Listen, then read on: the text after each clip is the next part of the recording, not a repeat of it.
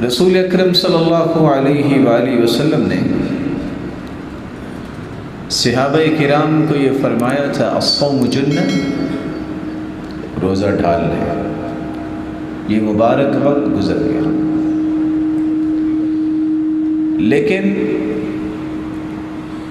کیا صرف رمضان المبارک کا روزہ ہی ڈھال ہے؟ آج بھی وقت ہے کہ ہم اس بات کو سمجھیں۔ اگر کوئی اپنی قلبی تربیت کرنا چاہتا ہے، دل کو اس قدر ملائم کرنا چاہتا ہے کہ سال کے ہر دن اس کا دل اللہ کے ہاں ایک پیارا دل بن جائے، تو اسے چاہیے کہ وہ ایام 20 کے روزوں کا اہتمام کرے،